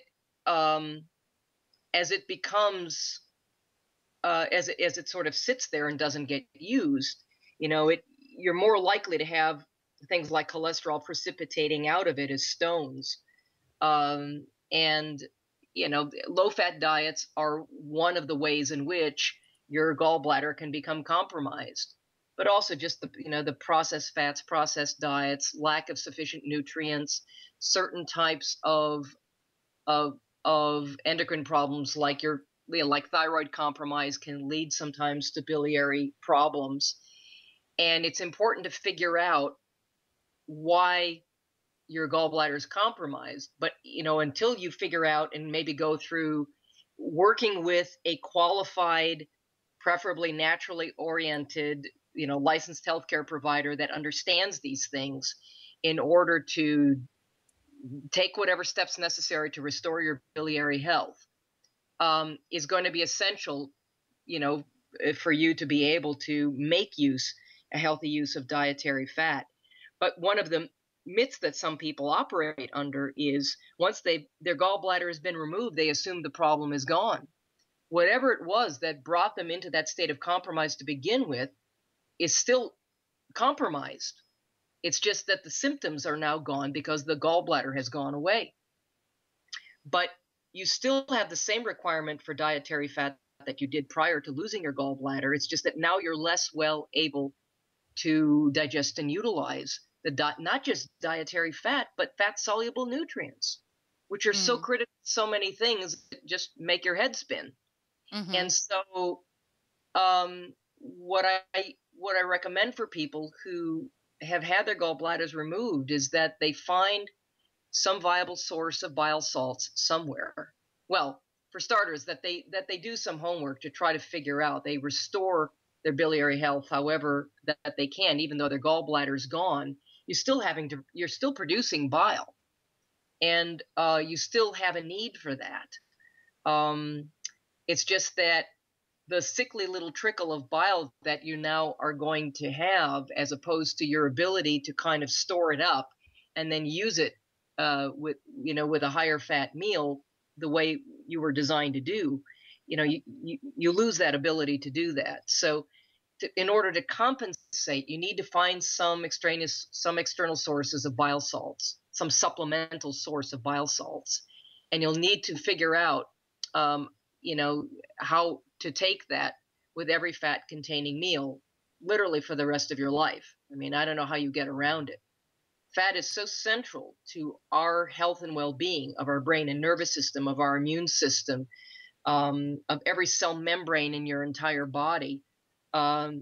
we need fat for so many different things, structurally and functionally, that endocrinologically and immunologically, that you've got to find a way of accommodating that by doing whatever it takes with both maybe certain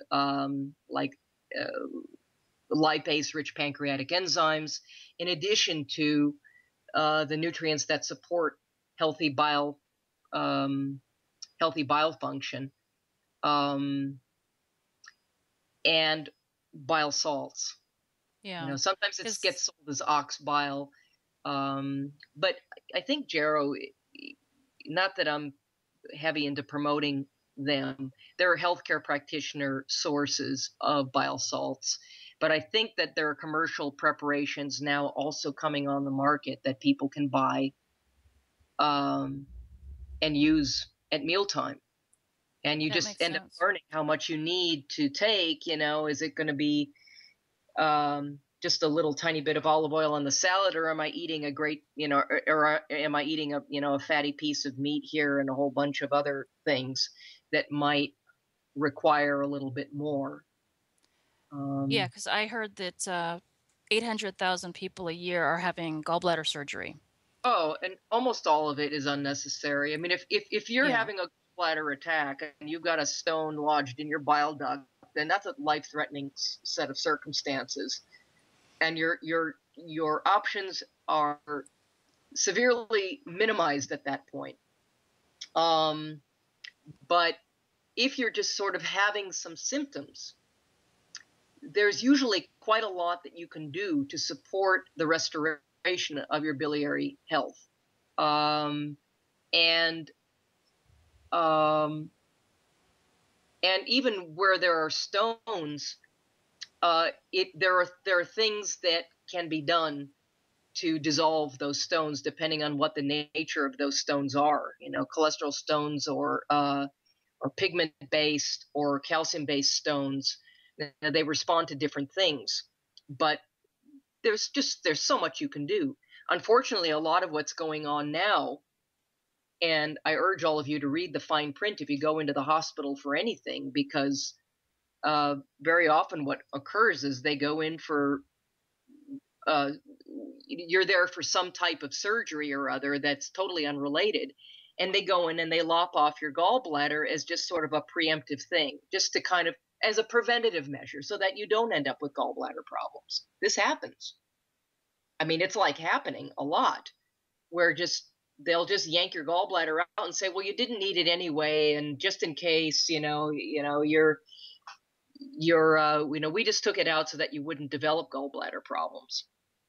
And this is crazy stuff. So, I mean, people need to watch what they're signing when they go into, for any kind of routine surgery. They need to watch it with a hawk eye, and go through the fine print with a fine-tooth comb to make sure that you're not just authorizing them to do whatever they feel like doing while they're in there. Yeah. Well, I guess on another, looking towards diet and people wanting to lose weight, there's kind of this understanding now that gluten-free food is diet food. Right. And people are using soy instead. And right. What do you think about soy? Well, I have a whole chapter on it, and it's not favorable towards soy.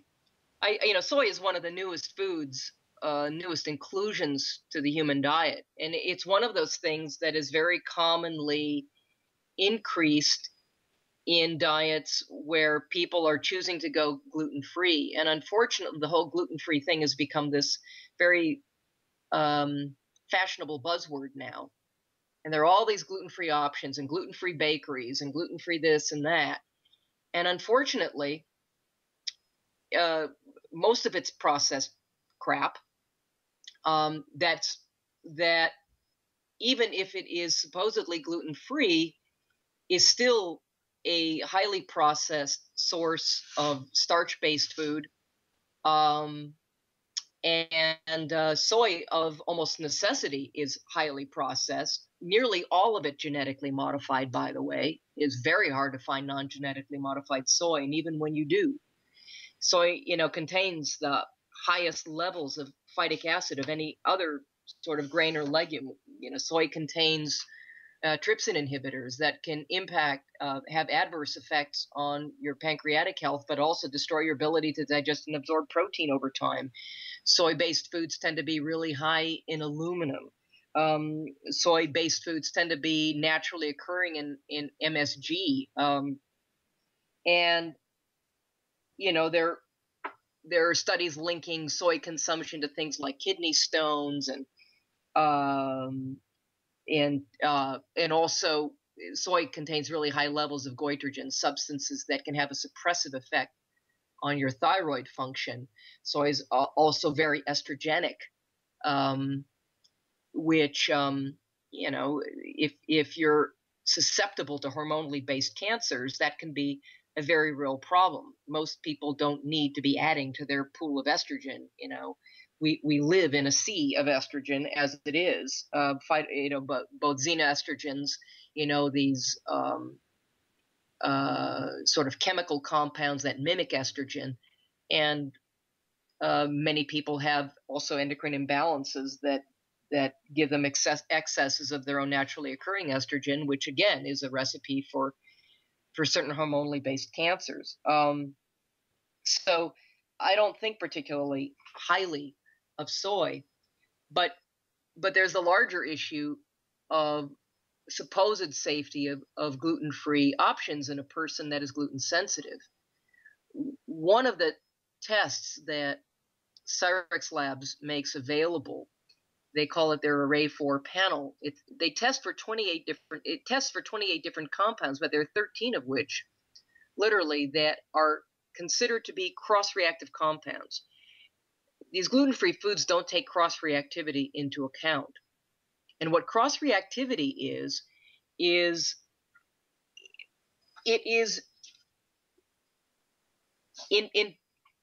cross-reactive compounds are substances that are either very closely related to gluten-containing grains, like for instance, oats technically don't contain the form of gluten that causes reactivity. However, oats are closely enough related to gluten grains that in a sensitive individual, they can react to identically as if it were gluten containing. The other issue too is that just like oats and buckwheat and soy flour, by the way, are all processed in such a way in this country that most of them actually have actual gluten contamination in them anyway. But even if it's 100% so-called gluten-free source of oats, that doesn't guarantee that you don't have a cross-reactive sensitivity to that particular substance. So it's either has to do with the cereal grasses that are related to the gluten grains, like wheat, rye, barley, and that sort of a thing, or it may be molecularly similar enough to gluten. Like, for instance, the casein molecule, and casein being one of the primary proteins in dairy-containing foods, casein is very, very similar in its molecular structure to gluten. And so in certain susceptible individuals, and literally it works out to be half of everybody that has gluten intolerance or gluten sensitivity in some way, shape, or form, whether it's celiac or other forms of gluten intolerance, also have a cross-reactive sensitivity to casein.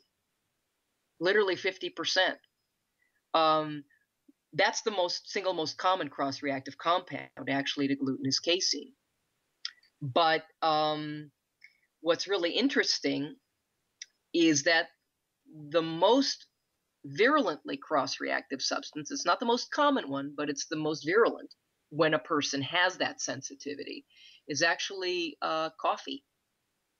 There are peptides in coffee that are very similar in their molecular structure to gluten proteomes and will trigger sensitivities that are identical to a gluten reaction in certain individuals. Not everybody that has gluten intolerance has that reaction to coffee or has that reaction to dairy. But it takes, really testing to know. These things are becoming better understood as time goes on, and in the past have actually been very poorly understood by, by even people supposedly in the know about these things. And even natural healthcare providers oftentimes don't understand this phenomenon of cross-reactivity. And it's a very, very real issue.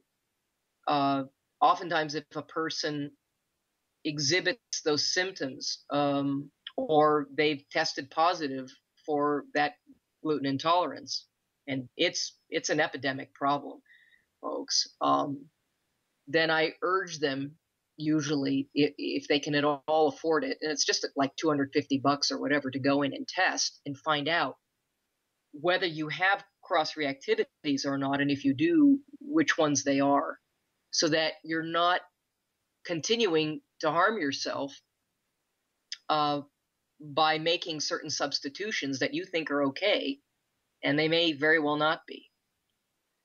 So, if you're avoiding grains altogether, and you're avoiding dairy altogether, then you're covering a lot of bases. By the way, I'm dairy intolerant, but the only dairy product I can do is like a grass-fed ghee, and I do fine with that because the milk solids have been totally removed from that. But just avoiding, I think, grains and processed junk in general really should be the goal. And a lot of these gluten-free substitutes contain a lot of processed garbage, are going to make you just as fat as the gluten grains did. It's still feedlot food, and a lot of it comes from either heavily pesticided or genetically modified sources. And I just, there aren't too many foods in the so-called gluten-free section that you'll see me spending my money on. Mm-hmm. Let's put it that way.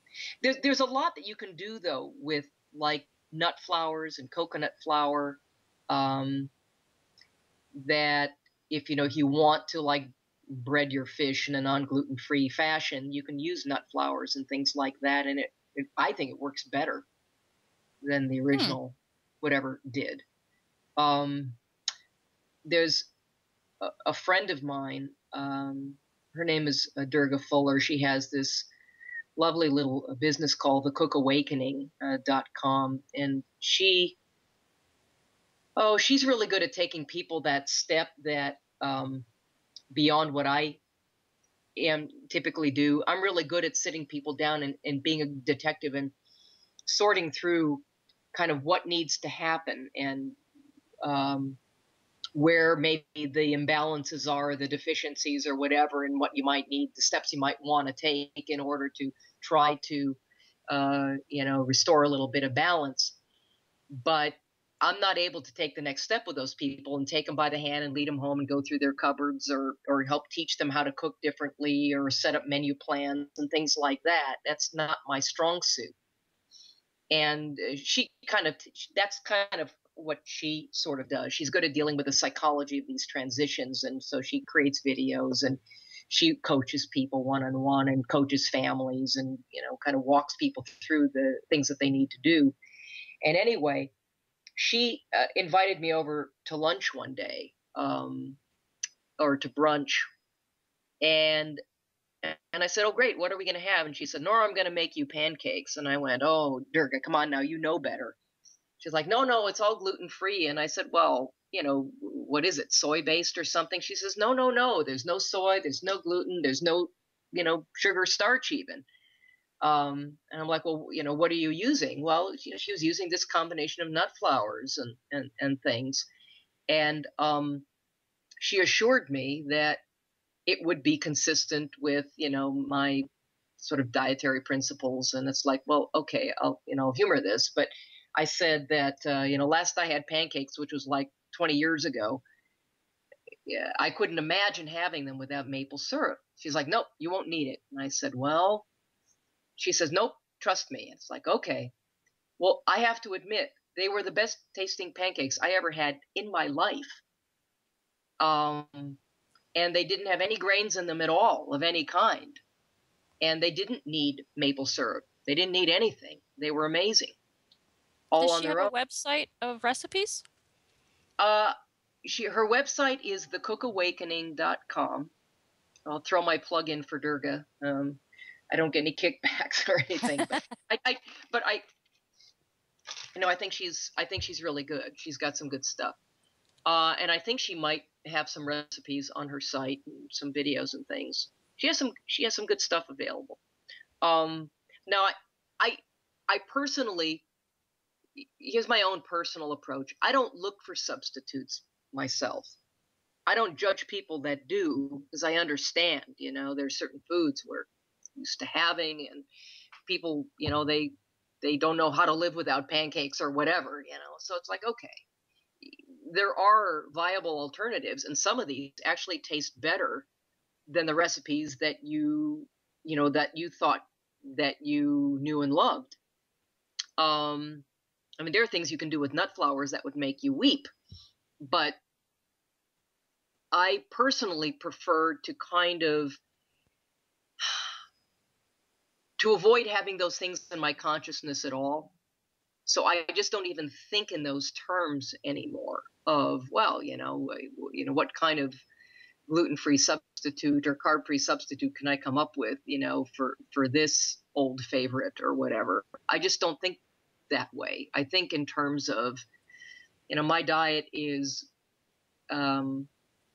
just totally naturally raised meats, grass-fed stuff, pastured poultry, and the occasional duck egg here and there. I can't do chicken eggs anymore. That was a sensitivity I developed.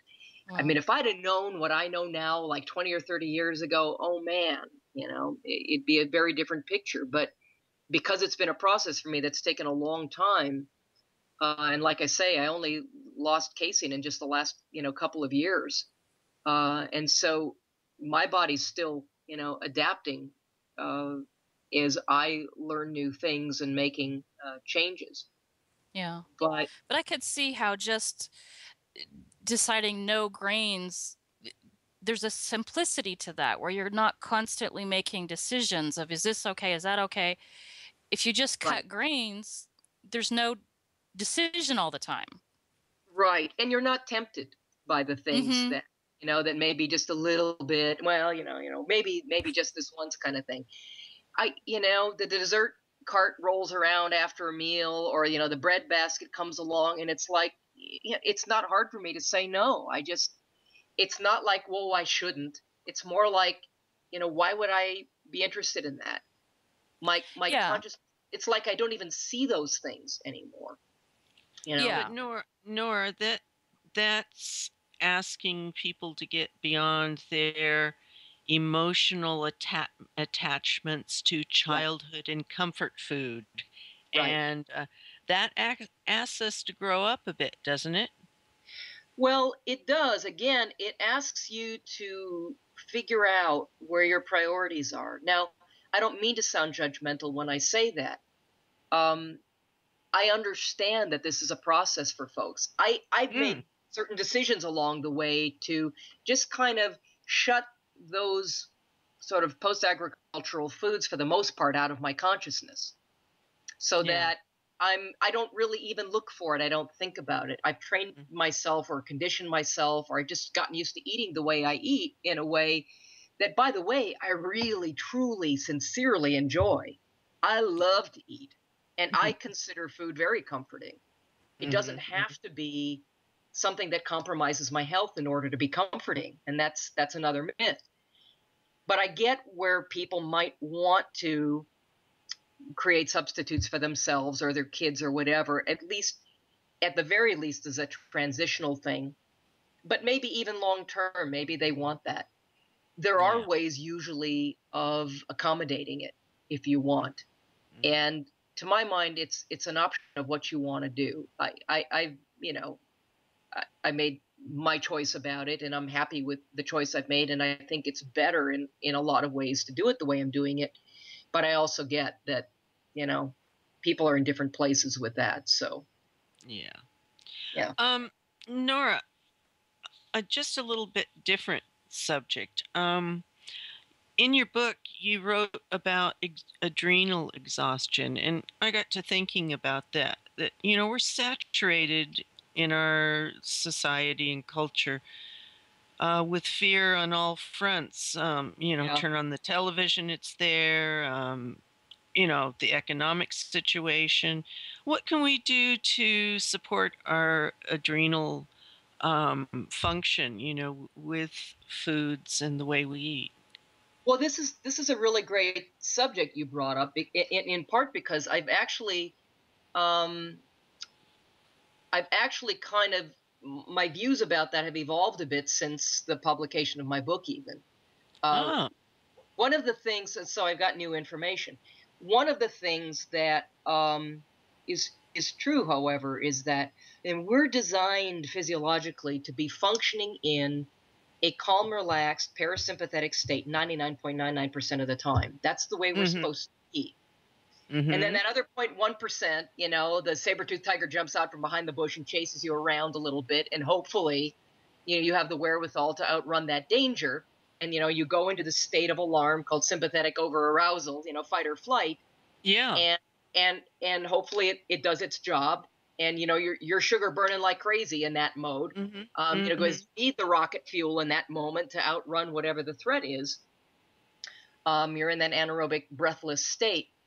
Yeah. And then hopefully, then you get to kind of relax again, and slide back into that natural default parasympathetic state again. Mm-hmm. What's happened today is that people have flip-flopped. Right. That's all completely flip-flopped now. Most people you see walking loose are walking around in some degree or other of fight or flight, Yeah. neurologically.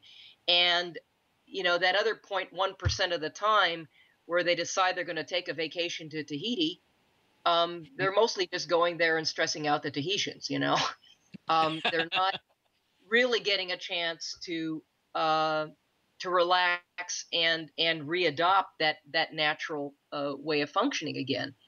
And in order to digest well, you've got digestion as a parasympathetic process. You've got to be calm and relaxed in order to make optimal use of your food. Mm-hmm. So this is part and parcel of part of the problem. Now, what most people think of as adrenal exhaustion or adrenal challenge, adrenal problems, really doesn't have anything to do with the adrenal gland at all 95% of the time. And this is, this is a piece I really didn't come into a full grasp of until a little more recently.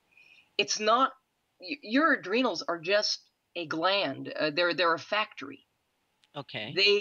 They spit out hormones based on what your brain tells them to do. And it's really your brain. What we think of as adrenal dysregulation is really more so dysregulation on a brain level than a glandular level. And so all the things that people take to try to support they're taking the vitamin C, and they're taking the glandulars, and they're taking the all the things that are supposed to nourish that gland, typically end up doing nothing for their symptoms, because the problem isn't a glandular problem. It is a brain-based problem. Now, the amount of cortisol that we produce at any given time, the amount of cortisol is typically governed by the hypothalamus. And whether or not you're producing enough cortisol is going to be dependent on, well, the technical way of putting it is the central integrative state of the paraventricular nucleus, which is this cluster of cells in the hypothalamus, the health of that hypothalamus. There are things that will dampen hypothalamic functioning. Chronic infections, for instance, set up certain cytokines in your system that can have a dampening effect on your hypothalamic output. which in turn dampens your ability to produce enough cortisol. Or, there may be certain things that cause your hypothalamus to become more excitatory. Their imbalance of neurochemicals or something like that cause you to overproduce. But the amount of cortisol you produce is actually controlled by your hypothalamic pituitary axis. Mm-hmm. And the amplitude of that stress response is going to be controlled by basically your midbrain, something called the mesencephalic midbrain. This reticular mesencephalic reticular activating system, these little cells, that can diffuse cells present in the midbrain. And that's the part of your brain that can become dysregulated in, say, a post-traumatic kind of situation. Right. I mean, if I told you guys, or if there was like say a snake slithered into, where you guys all are right now, or something like that. Some of you guys, might be kind of freaked out, but there may be certain people that would freak out to such an extent that days from now they'd still be freaked out. Right. And it'd still be on that adrenaline rush. That's not an adrenal thing. That is a midbrain thing. And so what happens is that part of your brain will control the amplitude. That part of your brain is all about survival. Yeah. All about survival. And so, and if it gets exposed to a trauma that is big enough, that is punctuated enough, or whatever, there can be sort of a plasticity that occurs, and a negative plasticity. Plasticity is a neurological term that either means your brain is, there's a term, plasticity can either mean more flexible, or it can mean permanently inflexible, or at least largely inflexible. And there can be a negative plasticity that occurs where just, you saw this horrible thing happen, and now that part of your brain just is triggered over nothing into that over-aroused state that seems uncontrolled. And that part of the brain can be very complicated. There can be issues around the basal ganglia, which is another brain structure, or there can be other parts of the brain involved too that feed into those feedback loops. But that's the amplitude is controlled by this midbrain thing. Mm-hmm. And there's also the cortisol and melatonin balance. Mm-hmm. And however much cortisol and melatonin are always in opposition to one another. When your melatonin is up, your cortisol is down. When your cortisol is up, your melatonin's down. And so if for some reason, usually if melatonin is dysregulated, it's a cortisol problem, but it can be, like, for instance, seasonal affective stuff. Maybe you can't make enough cortisol because your melatonin levels are too high because it's dark out and it's raining, and you're not getting enough light in order to shut off that melatonin production and restore it back to healthy serotonin production. So now your cortisol levels are suppressed and you can't manage stress either. But the other thing that happens, and this is maybe the single most common dysregulation of adrenal function, is your cortisol rhythms,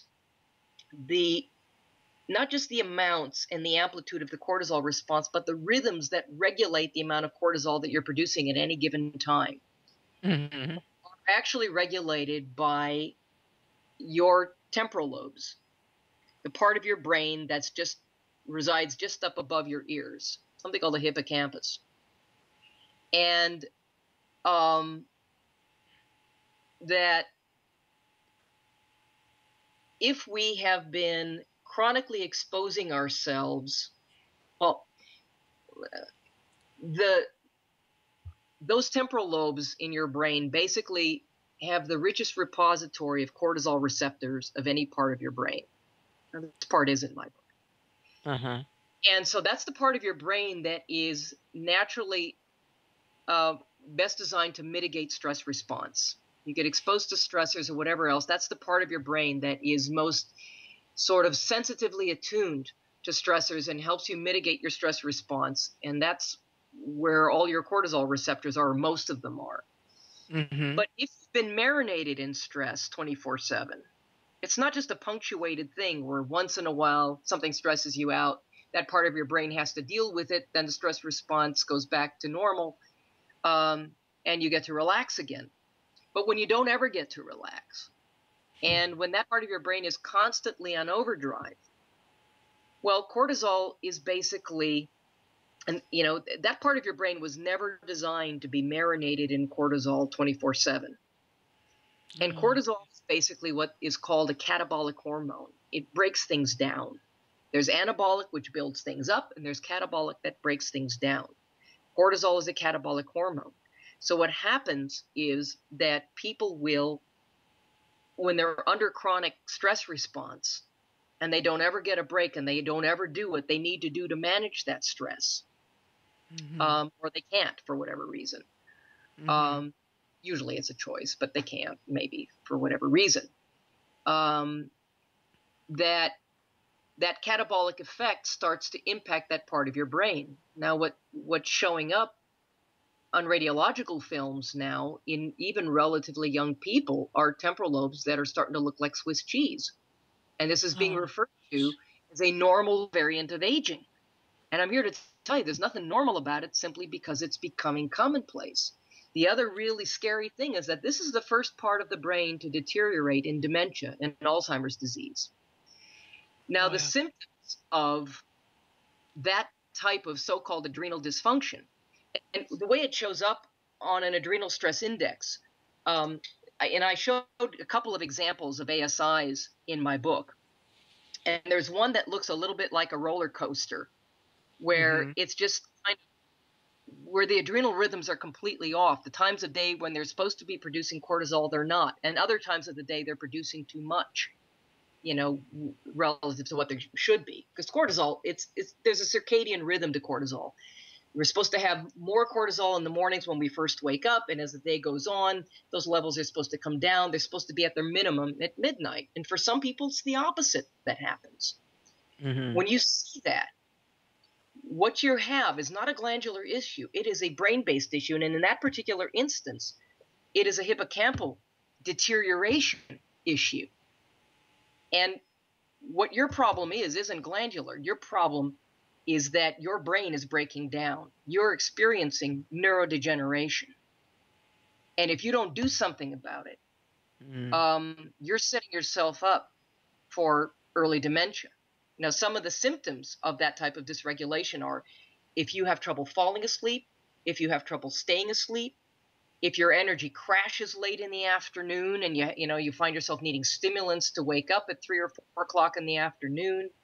Very oftentimes, people with that type of degeneration find that they have real problems learning things, or that they're very forgetful.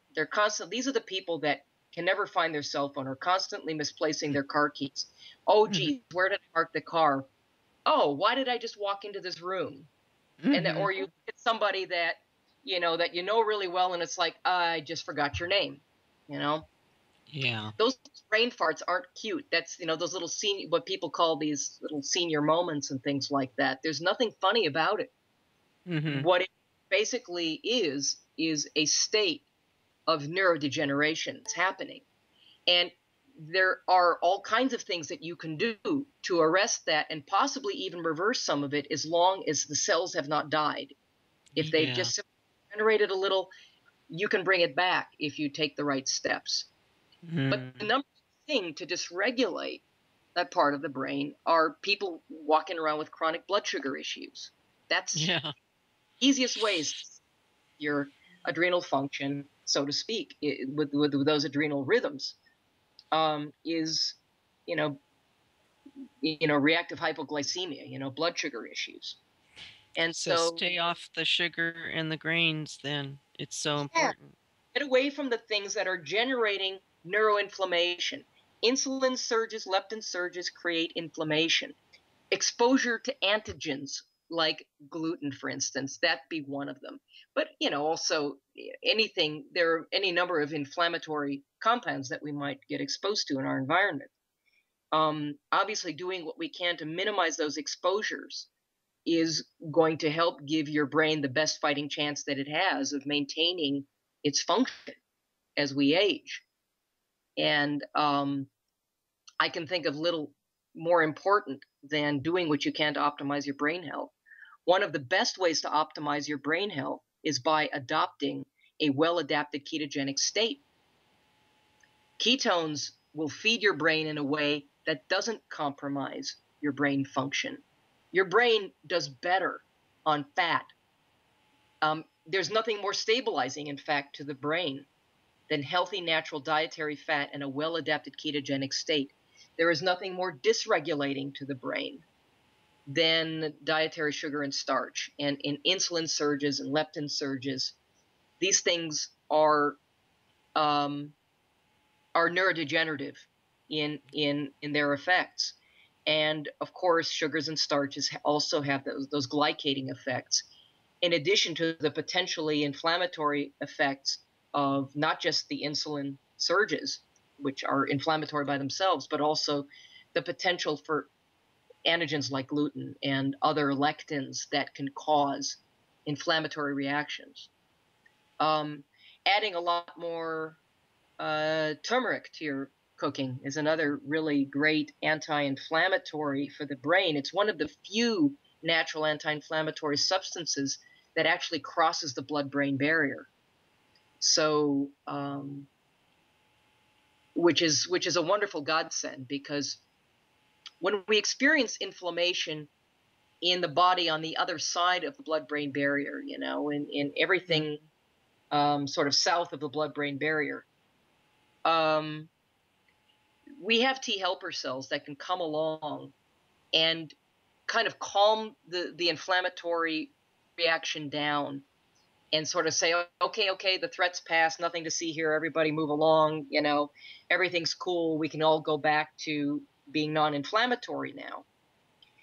But the immune system in the brain is basically controlled by the glial cells in the brain. Glial cells don't have any modulatory referee, if you will, to come in and sort of cool everything down.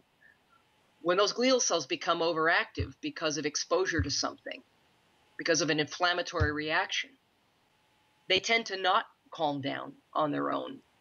And neuroinflammatory states can, just a single trigger for a neuroinflammatory event can persist for months and amazing, cause all kinds of untold damage in that time. So certain things like turmeric that actually go in and can have an anti-inflammatory effect on a brain level, it's just a wonderful thing to incorporate into your diet. If you don't like the way it tastes, you can either take, curcumin, which is the active supposed component of turmeric, or you can take your inexpensive, organic, non-irradiated sack of turmeric that you buy at the co-op or however online, and get a capsule machine and encapsulate it and just pop capsules. Wow. But it's good. It's a good thing to help with with your brain health, and it has a physiological effect overall, not just on your brain but elsewhere in the body, of helping to quell the initiating inflammatory responses. So it's a helpful supplement to incorporate. Well, it sounds like grass-fed meat with turmeric on top is on the menu. Yeah, yellow curries and things like that. Those are fabulous. Yeah. And yeah, a ketogenic state is largely a very anti-inflammatory. A well-adapted ketogenic diet is a very anti-inflammatory diet. And so, and again, the more you can minimize your need for insulin, the more you can maximize your adaptation to kind of a ketogenic way of eating. really, the healthier your brain is going to be, the longer you're going to live, and the healthier you're going to be overall by far. And so, and it doesn't have to be expensive. It doesn't have to be complicated. It does require some, you know, I guess, sort of it does require some getting used to. It does require kind of a transition for people. But the only discomfort really is in the transitional, phase, where you're trying to get used to doing things differently from the way that you were doing them before. But it's just a matter of establishing new habits. And once you've established those habits, it tends to come pretty naturally. It tends to kind of be a non-issue. Wow. Well, thank you very much. I'm just amazed at the amount of information you have, and it's so helpful. Thank you, Nora. God forbid you get me going. It's get on the roll. Oh, it's great. Thank you. No, you're very welcome. Nora. Yeah. At a lecture you gave in Australia, you spoke of living a more authentic life. Perhaps we could wrap up our conversation this evening by delving into that a bit and what it means to you. Living an authentic life? Yes. Well, I guess authentic means that you're in touch with your own, that you live with a certain integrity, that you have your own established internal set of priorities, and that you live in congruence with those priorities. And hopefully they're healthful priorities. But taking the time to figure out what's important to you, and also, to me, living authentically, I guess living authentically is going to mean different things to different people. Within the context of health, for me, it means that because I prioritize my own health, and I also prioritize and value the degree to which I can understand how my own body works, what my nutritional requirements are, what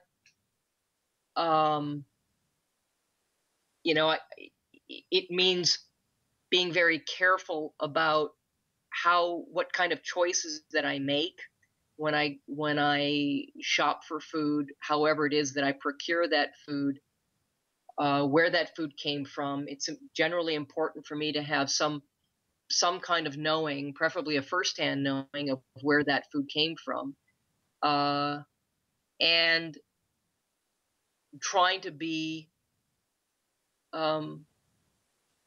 supportive in the process, I guess, of the greater good.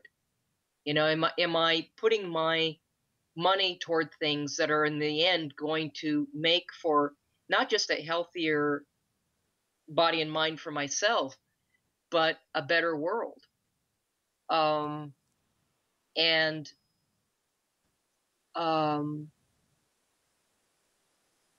Is this contributing in the end to a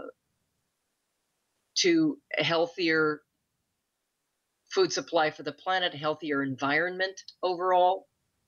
One of the things, for instance, that is really kind of wonderful about grass feeding, ruminants, grass feeding the animals that we use for food, is that I don't know how many of you guys are familiar with Alan Savory and the Savory Institute. There's this marvelous research happening. His particular primary operation is in Zimbabwe, but he has representatives actually all over the world now. We have them here in Oregon. They were certainly they were in attendance to my talks and helped participated in my talks in Australia. And what they're able to do now, and what Alan Savory is establishing, is the ability to restore the health of the environment, to restore healthy watersheds, to literally reverse desertification that is happening all over the world with the use of grass-feeding animals. And by restoring some of these natural cycles and natural systems. And, you know, I want my food dollars to go to the things that are going to leave the world a better place, that are going to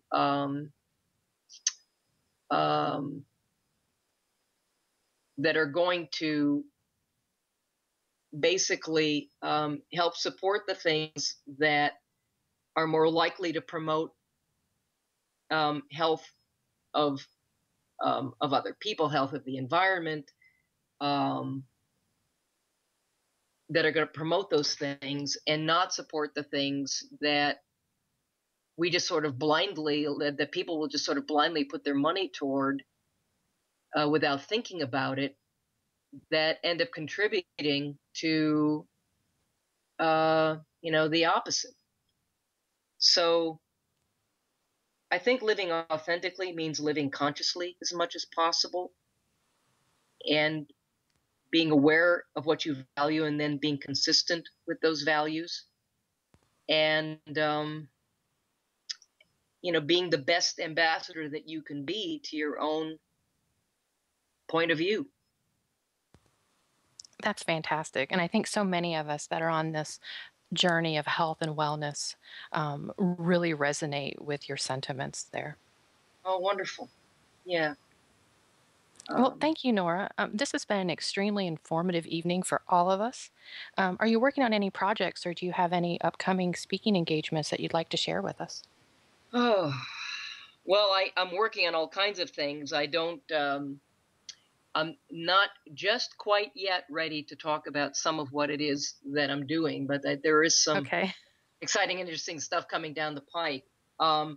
I just got, you know, put my Harvard talk behind me, which is, I mean, it was great and all, but it's a big relief to have that behind me. I am going to be returning, at least it appears that I will be returning back to Australia back in May of next year. And I'm also going to be, I was invited to come speak in New Zealand next November, not this November, but November 2013. And there's also a documentary that's going to be released in the next few months. And it went through a little bit of a stall, as these things often do, but apparently it's moving ahead again. I think that the working title right now is something along the lines of Eternal Youth. It's a documentary all about anti-aging, and it's starring Mariel Hemingway and people like Bruce Lipton and Joe Dispenza and Joe DiMartini and all that sort of thing. But it will also be starring yours truly. I was interviewed for that while I was in Australia. There are also some other documentaries that I'm also going to be, I either have been filmed for or will be, and we'll see how these things go and when the release dates come up and that sort of a thing. But there's been so much new stuff to have to come up, and I've been contacted by all kinds of interesting people recently to take on certain collaborations and certain projects that are really exciting, but they're still in their early stages, so I'm not quite ready yet to talk about some of it. I understand. And I certainly hope that you'll join us again where we can talk about your new projects and the movie you're getting ready to star in. We'd be fascinated to discuss those type of things.